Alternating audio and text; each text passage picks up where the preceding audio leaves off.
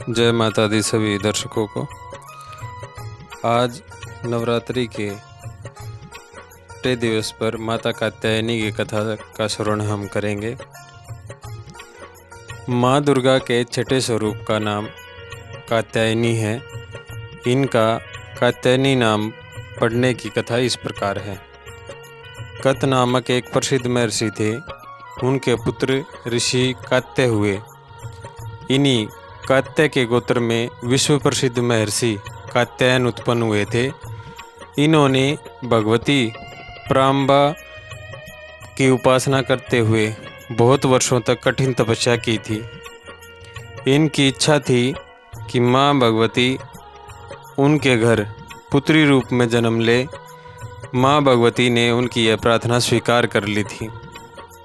कुछ समय पश्चात जब दानव महिषासुर का अत्याचार पृथ्वी पर बहुत बढ़ गया था, तब भगवान ब्रह्मा, विष्णु, महेश तीनों ने अपने अपने तेज का अंश प्रदान करके महिषासुर के विनाश के लिए एक देवी को उत्पन्न किया। महर्षि कात्यायन ने सर्वप्रथम इनकी पूजा की। इसी कारण से यह देवी कात्यायनी कहलाई। ऐसी भी कथा मिलती है कि ये महर्षि कात्यायन के यहाँ पुत्री रूप से उत्पन्न भी हुई थी।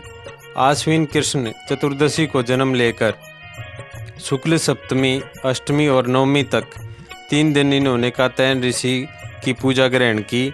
दसवीं को महिषासुर का वध किया था। माँ कात्यायनी अमोघ फलदायिनी है। भगवान कृष्ण को पति रूप में पाने के लिए ब्रज की गोपियों ने इन्हीं की पूजा यमुना तट पर की थी।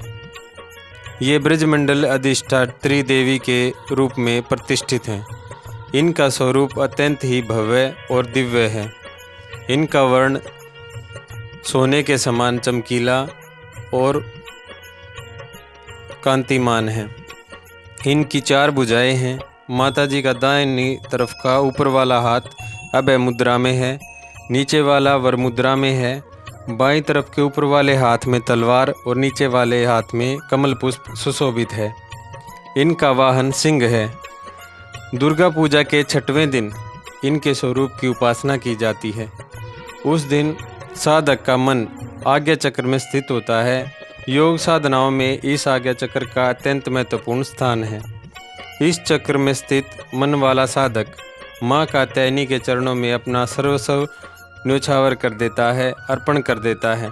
परिपूर्ण आत्मदान करने वाले ऐसे भक्त को सहज भाव से ही माँ कात्यायनी के दर्शन प्राप्त हो जाते हैं। माँ कात्यायनी की भक्ति और उपासना द्वारा मनुष्य को बड़ी सरलता से अर्थ, धर्म, काम, मोक्ष चारों फलों की प्राप्ति होती है। वह इस लोक में स्थित रहकर भी अलौकिक तेज और प्रभाव से युक्त हो जाता है। उसके रोग, शोक, संताप, भय आदि सर्वथा विनष्ट हो जाते हैं।